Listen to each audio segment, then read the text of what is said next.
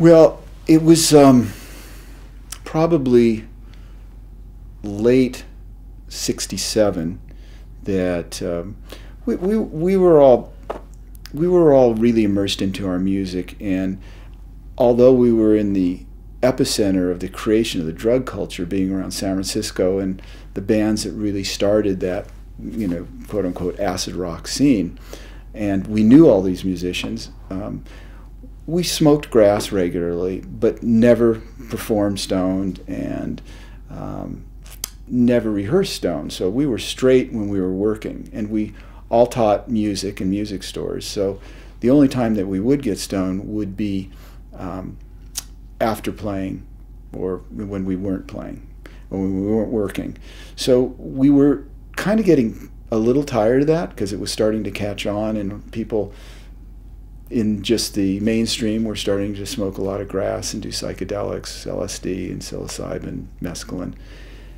So we got interested in finding other means of spiritual growth. And I remember we were all getting ready to go to a TM, kind of a TM lecture. Maharishi Mahesh Yoga was there, and or Mahesh Yogi, I guess it is. We were all going to Berkeley, and I remember Albert coming into a rehearsal saying, "Hey, you guys got to check this out. I just heard about this thing called Scientology." And so he got us all excited. And I remember Jeff and I went down to a Scientology center that was in, I think, Santa Clara, to find out about it. And we all got very excited about that, and ended up starting courses, and starting some of the Scientology courses. Denny also kind of came along at that time, maybe a couple weeks after, and started doing some courses. So Albert, Jeff, Denny, and I were all getting involved in this, and this was the beginning of '68, right around the time that we had recorded "I Love You" for Capitol Records, and we were already signed with Capitol. So we were very intensely affected by all of this new information in Scientology. And I think anytime somebody gets introduced to a different new religion that has different information that they relate to, I think it has a strong effect. And we were young. I mean, Albert and I were teenagers, and my brother was 22, I think, and Denny was probably 20, 21. So we were very impressionable. And how that related to Gene and Larry was that shortly after getting involved in Scientology, we had a different viewpoint of them as compared to us, because we were looking at ourselves as having privileged information and having the truth, and knowing the truth as the only truth.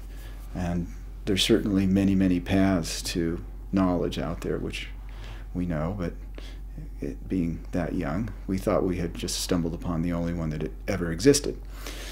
So we started interpreting some of Larry and Gene's behavior through what we were learning in Scientology. And Larry and Gene were certainly different types of people, and Larry being much more eclectic with his communication and emotions, and Gene being just a completely normal next door neighbor kind of guy, just a great guy. We didn't put any attention on Gene, and it all focused on Larry all of a sudden, because Larry is a bit eccentric, which we all know, and that eccentricity translated through what we were learning in Scientology as something different than it probably was. But there was also some truth there that we were getting through what we were learning, and we were recognizing that some of what Larry was doing was a bit narcissistic and a bit self-centered, and that it wasn't all that cool. So we didn't really know how to evaluate how to deal with it. What ended up happening was about I'd say 2 to 3 months after we were in Scientology, we interpreted Larry's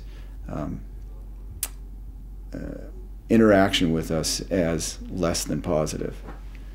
And I think had we not been introduced to Scientology, we would have just continued on. We would not have made any moves to get him out of the band at all. So I think Scientology was very influential in that. I mean, as it turns out, might have been a great move. We might have done the right thing, and Larry could have brought more grief and anxiety to the band, and it might have made it tough. So, you know, nobody has a crystal ball and nobody knows what would have happened, but it was definitely an influencing factor. And I don't think that there was a tremendous amount of love lost when Larry left, although I know Gene was very much more attached to Larry than the rest of us were, because they had been friends for quite some time.